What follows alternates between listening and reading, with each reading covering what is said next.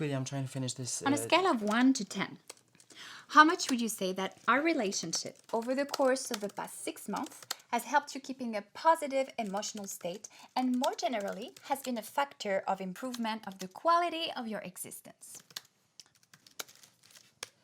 10.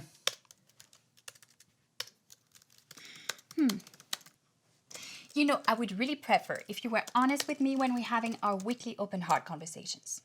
As you know, it is essential that we always talk sincerely because genuine communication is what allows for a relationship to reach a higher level of authenticity, which eventually brings a greater sense of worth and happiness. So, let me ask you this again. On a scale of 1 to 10, how much would you say? 8. What? 8? Well, you asked And me. what exactly justifies the 2-point gap between our relationship rating and the maximum possible grade of 10? I don't know. I just You think. don't know. You don't know. I just think sometimes with you, it's just a little hard to get a word in, but. What? Okay. I always let you speak. You're the one who speaks all the time. You spoke for 112 minutes during our weekly romantic dinner last week, and I listened to every single word you Are said. you timing our conversations? Sometimes you speak about your friends, about your hockey games, about your weird Japanese cartoons. Anime. And you know, I'm not really interested in that. But I put about 567 hours of emotional labor in this partnership each month. And part of this is my consistent effort to listen. Because I know that compromise is at the root of a good, healthy, and long-lasting relationship. Oh, I see. Sweetie, I'm trying to see. work on. It's important. With this, we Yes, could. of course it's important. Go ahead and finish your video game. It's not a video game. It's a. I don't mind. Listen, I've worked on this for months, and Do what you gotta do, that's fine. Sweetie, don't be mad. I am not mad. I'm finishing this, and I promise after we can have our weekly open I heart am not session. mad. Thank you, honey. Bye. I just cannot believe finishing a video game It's is not a more video game. important to you than the assessment of the quality of our relationship and by extension, of course, of our happiness.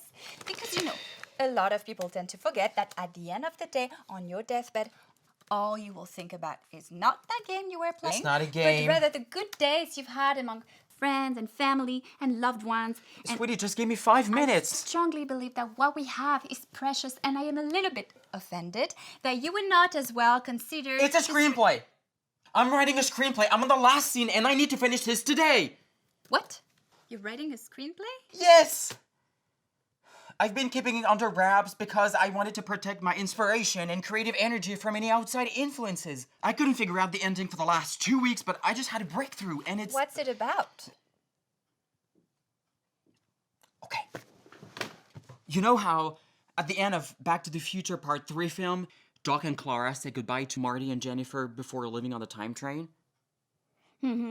Well, what if, long after their departure, while he's traveling around time between past and future to celebrate his honeymoon with Clara, Doc finds out that a huge tragedy happens. A massive explosion caused by the destructive impulse of a dangerous scientist, somehow related to beef, leaving all California, including Hill Valley, completely destroyed and killing M.M. Jr.'s children. M.M. Jr.'s children. Yeah, Marty's grandkids. Oh. Anyway, Doc decides he has to go back in time to prevent this crazy scientist from existing. He gets Marty back in 1985, where he left him, because he needs his help to execute his plan. Together, they have to go back up the scientist's lineage and prevent his great-great-grandparents from meeting, but in doing so, they alter the future significantly, including the year 2015. Like, preventing the invention of the hoverboard. Oh. And so, they end up making the year 2015 identical to the actual 2015 that we've known. And at the end of the script, they visit the year 2020 and discover our time and our world, where they find out that there is a series of Back to the Future film that tell their story, including of how they got here. It's a loop. It's genius. Ha! How long have you been working on this? 22 months. You spent the entire time on unemployment writing this?